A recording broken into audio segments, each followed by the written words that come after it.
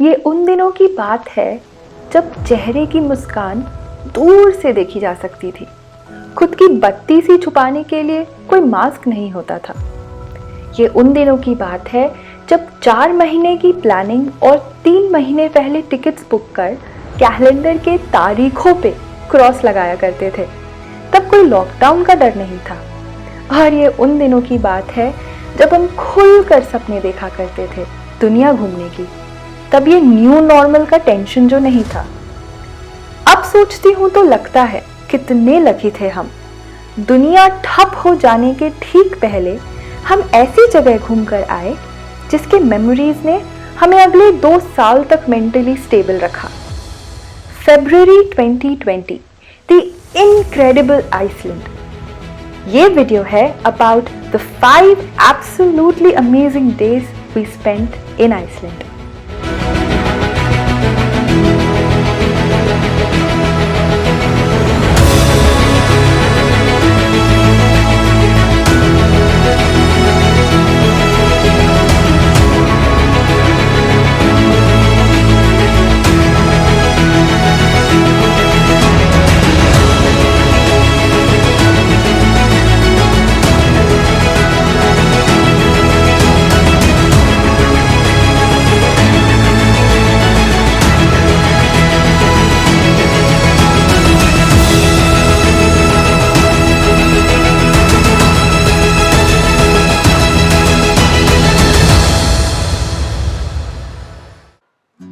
Iceland एक Nordic nation है which is located in the North Atlantic Ocean.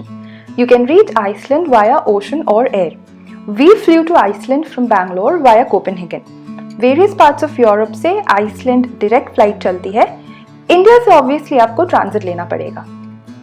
अगर आप आइसलैंड फ्लाई कर रहे हैं तो मोस्ट लाइकली आप केफलाविक इंटरनेशनल एयरपोर्ट पे लैंड करेंगे, जो कि अराउंड 50 किलोमीटर्स है from Reykjavik, which is the largest city in Iceland and also the capital.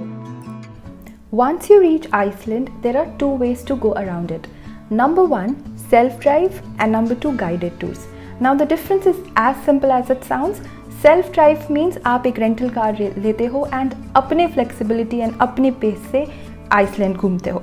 Most of the people who self-drive across Iceland do the Ring Road tour of Iceland. Ring Road is basically a stretch of road जो all around Iceland दौड़ती है, touching north, south, east and west coast. Simple सी बात है, self drive मतलब flexibility. तो अगर आप 2 या 4 लोग हो जिनको ड्राइविंग आती है तो self drive is the best way to drive around Iceland. There is one point to be noted, अगर आप विंटर्स में आइसलैंड जा रहे हो तो driving is not at all easy in Iceland because of snow and storm.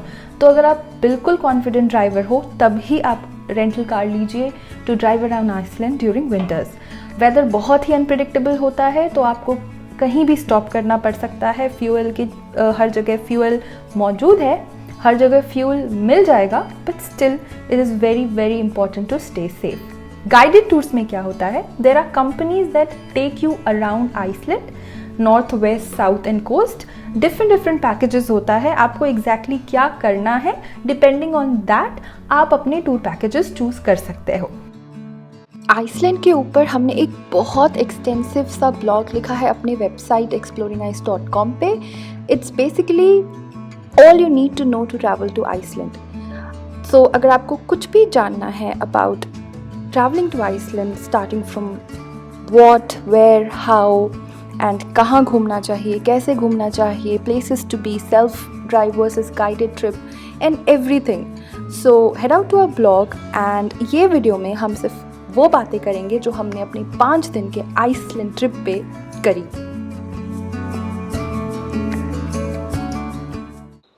तो जैसा कि मैंने आपको पहले ही बताया था कि हम आइसलैंड गए थे कोपेनहेगन से। So day 1 we flew to Reykjavik Iceland from Copenhagen and airport से हमने बस ली टिल BSI बस टर्मिनस, जो कि सेंटर बस टर्मिनल है of रेकियाविक।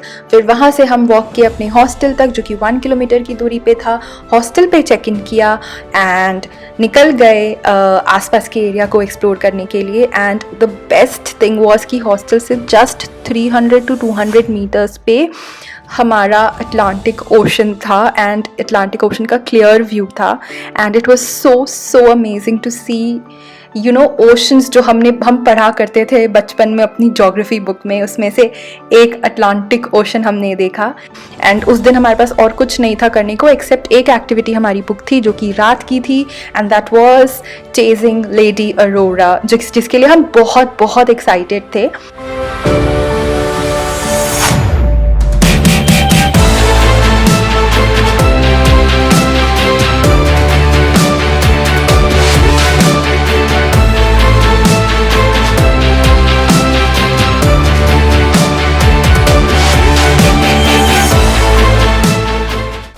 It was a blessing कि हमें चांस मिला कि हम द माइटी लेडी अरोरा को देख पाए, because the chance to see a northern light depends on a lot of other factors, which none of the factors are in our hands.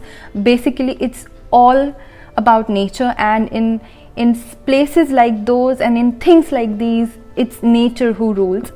So but we were lucky enough कि हमने देखा। but एक छोटा सा disclaimer as a personal experience देना चाहूँगी, because ये चीज़ हमने कहीं नहीं पढ़ी थी, कहीं नहीं देखी थी, and I don't even know if this is true और नॉट, बट हमारे पर्सनल एक्सपीरियंस से मैं ये बताना चाहूँगी कि हमने जो लाइट्स देखा, जो आपने फोटोज़ पे देखा, those were really faint when we saw it from the naked eyes. So जो आपको पिक्चर्स में दिख रहा है that is not exactly which we saw it through our naked eyes. Naked eyes से जो हमने देखी, जो हमने अरोराज देखी थी, वो बहुत ही ज़्यादा फेंट थी, जिसकी वजह से औरको और मेरा मूड बहुत ऑफ हो गया था, because the highlight of our Iceland trip was northern light. Chasing a northern light was our dream and we did it, but not the way we had thought और not the way we would have wanted, क्योंकि internet पे इतने सारे pictures and videos देख के हमें लगता है कि वो डांसिंग अरोराज देखेंगे, वो वो वर्टिकल वाले लाइंस जो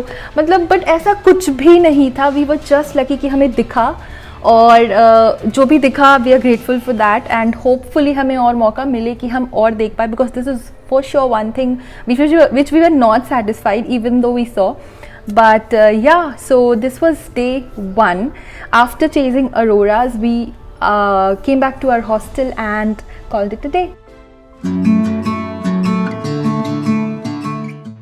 और डे 2 को हमारा गोल्डन सर्कल टूर बुक्ड था, which is an 8-hour road trip which covers 300 kilometers, looping from Reykjavik into the southern uplands of Iceland and back.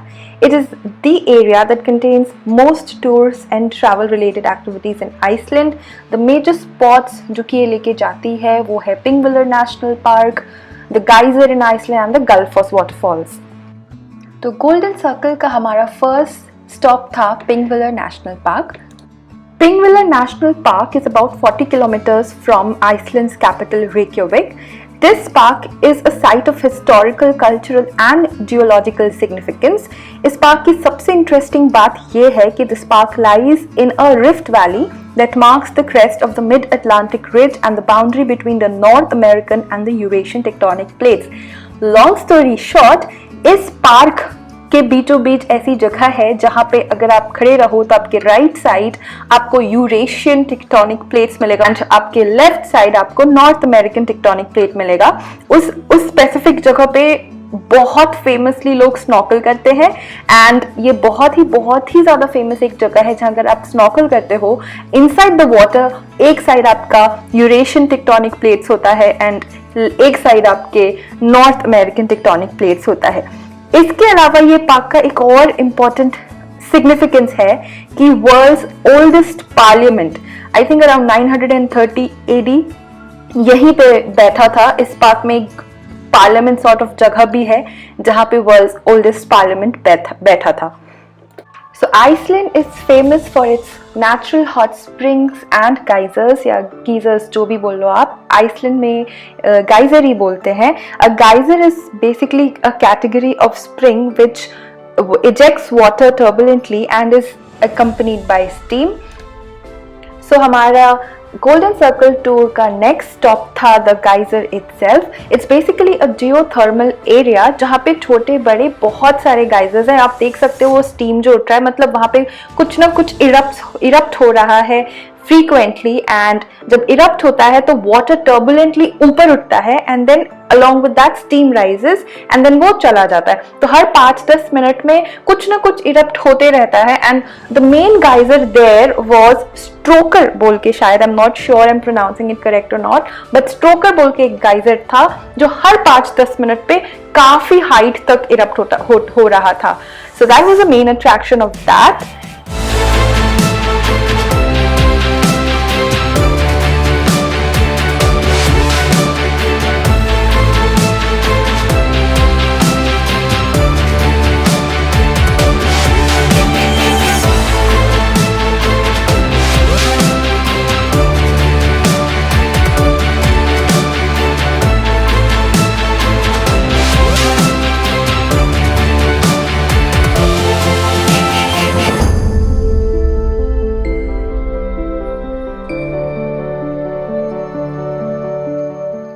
And the final stop in our Golden Circle tour was the mighty Gullfoss. See it for yourself.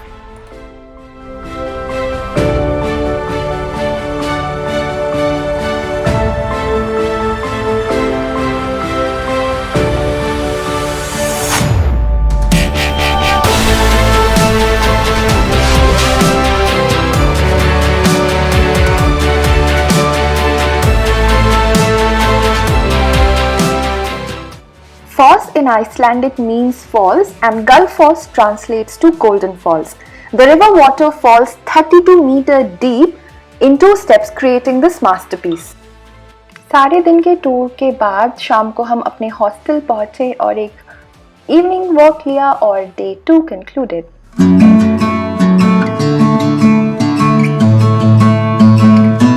तो originally day 3 and 4 को हमारा 2 दिन का south coast tour plan था and हमने सोचा था day 5 यानी फाइनल डे को हम 1 दिन का वेस्ट कोस्ट टूर कर लेंगे.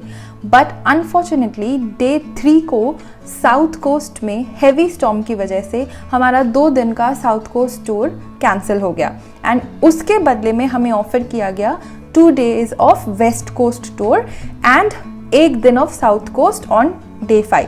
So now our revised itinerary was कि हम day 3 and 4 को 2 day वेस्ट कोस्ट करेंगे एंड डे 5 को 1 दिन का साउथ कोस्ट करेंगे. Although we wanted to do 2 days of south coast क्योंकि वहाँ पे ज़्यादा चीज़ें थी जो हमें देखनी थी और हमारे इंटरेस्ट की थी. But as I said Iceland में वेदर बहुत अनप्रेडिक्टेबल होता है और आपके हाथ में कुछ नहीं होता है. So unfortunately we had to go with it because हमारे पास ना एक्स्ट्रा दिन था ना एक्स्ट्रा रिसोर्सेज एंड बहुत ऑब्वियसली हम बजट ट्रिप पे थे तो फिनेंशियली भी. We did go ahead with the 2 day west coast tour on day 3 and day 4 and 1 day south coast on day 5.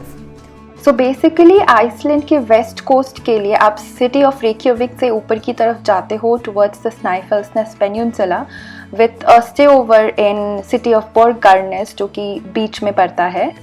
For the next 2 days we explored the western coast of Iceland. बहुत सारी places explore किया.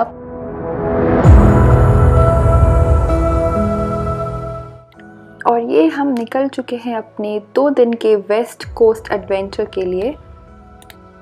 Iceland की सबसे खास बात है कि आप जहाँ रुको वो जगह देखने लायक होती है. तो बीच में हम एक ऐसी जगह पे रुके थे जो बहुत ही खूबसूरत थी तो कुछ फोटोज़ खिंचाए वहाँ पे.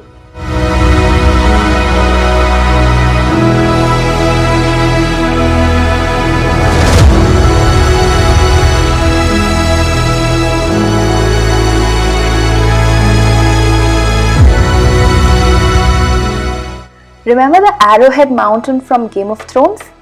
Yes, that mountain is none other than Mount Kirkjufell, which is in Snæfellsnes Peninsula in the western coast of Iceland. GOT की shooting Arrowhead Mountain की यहाँ पे हुई थी. So Mount Kirkjufell is considered to be one of the most photographed locations in Iceland, standing about 460 meters high with a small waterfall in front. This mountain is one of the top attractions in the Snæfellsnes Peninsula. Next हम रुके एक small fishing village में जो कि along the Atlantic Ocean था. बहुत ही खूबसूरत rock formations हो रखे थे ओशन में एंड जिसे देख के बहुत ही ज़्यादा अच्छा लग रहा था. एंड सबसे खास बात ये है कि अलॉन्ग द विलेजेस यहाँ पे ओशन काफ़ी शांत है, काफ़ी काम है, टाइड कम है. आई डोंट नो अदर वेदर्स या मौसम में टाइड कैसा रहता है, बट अगर आप देखो तो फास्ट ओशन है सामने और सुकून वाला वाटर बॉडी है. एंड आई मीन हमने रेकियाविक में भी ये नोटिस किया था कि जो अटलांटिक ओशन रेकियाविक को टच कर रहा था वो बहुत ही काम है. आगे आप देखोगे कि बीचेस में बहुत फियर्स होता है ओशन, साउथ कोस्ट के बीचेस में, बट वेस्ट कोस्ट में हमने अलोंग द विलेजेस जो ओशन देखी वो बहुत काम एंड क्वाइट एंड खूबसूरत था. And our last stop on day 1 of West Coast and day 3 of our Iceland trip was the small beautiful black church called the Búðir Church. ये Iceland का एक और आइकॉनिक फोटोग्राफिक लोकेशन या फिर Instagrammable location आप कह सकते हो है.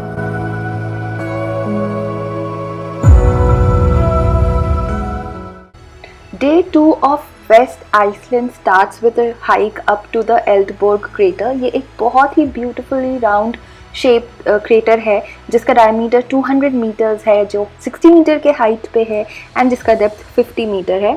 It's one of the most beautiful craters that you can hike up to.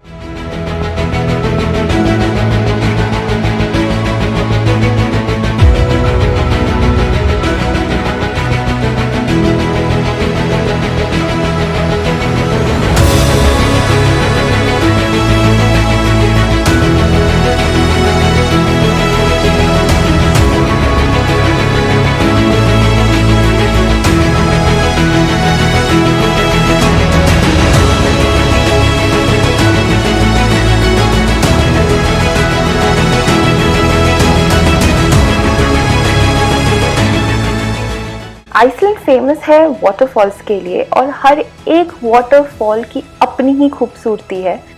ऐसा ही एक वाटरफॉल है Barnafoss. Trust me, turquoise blue waters किसको बोलते हैं वो मैंने बर्नफॉस को देख के जाना.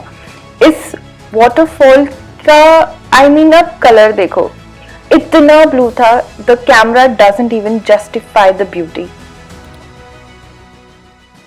There are different viewpoints to admire Barnafos. अच्छा सा टाइम बिताकर हम चल पड़े अपने नेक्स्ट डेस्टिनेशन की ओर.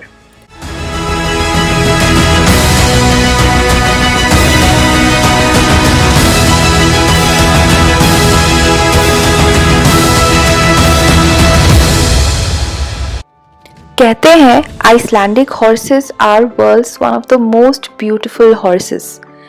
अब नीली आंखों वाला घोड़ा हर जगह तो नहीं मिलता, सच ही कहते हैं. वेस्ट कोस्ट के टूर के डे 2 में हमने एक हॉर्स फार्म भी विजिट किया.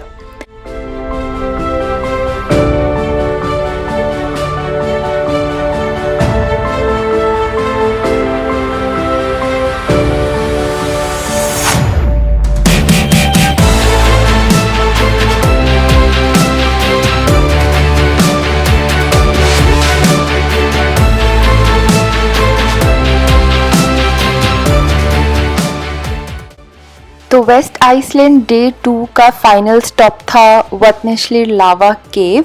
It's basically a 8000 year old lava tunnel जो कि 35 मीटर्स इनसाइड द अर्थ जाता है. सो हमें एक स्टेयरकेस से नीचे उतरना पड़ता है. यहाँ पे आप देख रहे हो कि हम अंदर जा रहे हैं. वंस यू क्लाइम डाउन, आप स्ट्रेट वॉक करोगे and then there is a spiral staircase जो directly vertically it drops 35 meters down inside the tunnel and वहां पे फुल पिच डार्क रहता है.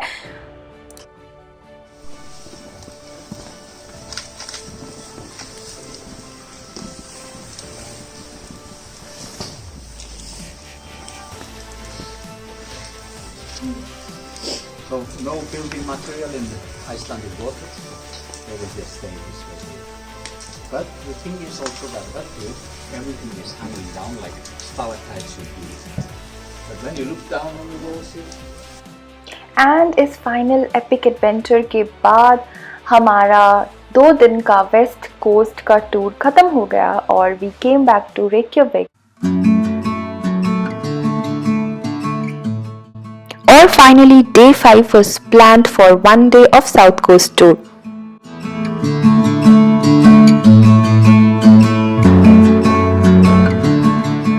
तो साउथ कोस्ट की शुरुआत हमने करी वाटरफॉल से। अब ये वाले वाटरफॉल का नाम तो मैं नहीं ले पाऊंगी, मैं नीचे स्क्रीन में डाल दूंगी, but for our sake let's just call this SJ. ये वो वाटरफॉल है जिसके आइकॉनिक पिक्चर्स आपको इंटरनेट पे दिखते हैं। कौन से वाले? अभी डालती हूँ।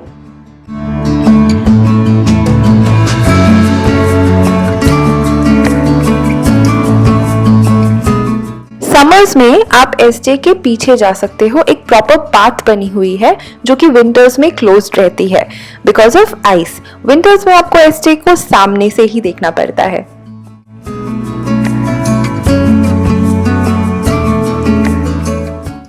See that big white beauty falling down the sky? That's pretty much the face of Iceland. This is Skogafoss. 60 meters high and 25 meters wide, Skogafoss is one of the most beautiful waterfalls in Iceland. You can walk right up to the bottom of the waterfall, but be ready to get drenched. Skogafoss was second stop on our South Coast tour.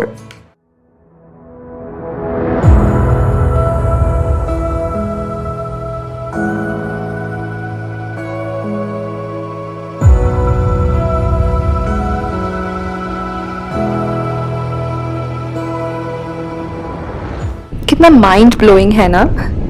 Iceland की हर एक जगह आपको nature के सामने इतनी छोटी महसूस कराती है कि अलग लेवल का रेट्रोस्पेक्शन होता है। एनीवेज, स्कोगाफॉस के बाद हम आ गए रेन्सफरा में, जो एक बहुत ही फेमस ब्लैक सैंड बीच है आइसलैंड की। Rainsfjara is a famous black sand beach in the southern coast of Iceland. Due to its dramatic landscape, roaring waves of the Atlantic Ocean and beautiful basalt columns, Rainsfjara is often said to be one of the world's most beautiful beaches. The Atlantic Ocean is quite notorious here. The waves come ashore powerfully. The roar of the ocean can be heard far meters away. It is hence advisable always to maintain safe distance from the shore.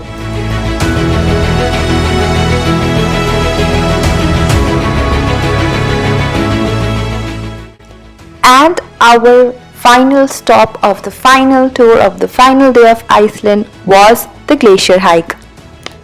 I know there is no way I can pronounce these names, so मैं in general बोलूँगी और names नीचे list down कर दूँगी. Glacier hike on Solyamukul Glacier was one of its kind experience.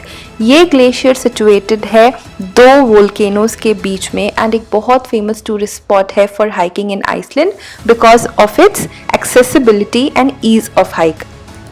With crampons and headgears on, we hiked up to the glacier, passing by a short trail of falling stones and a glacier lagoon. Although everything buried under the snow, our guide did an awesome job explaining us everything. After 5 days of epic adventure, we came back with an experience that we would never forget. More than the thrill of it, what was more life-changing was the feeling of nothingness. The feeling of nothing in front of the nature's mind. Suddenly, everything and anything that you have makes sense and you feel blessed.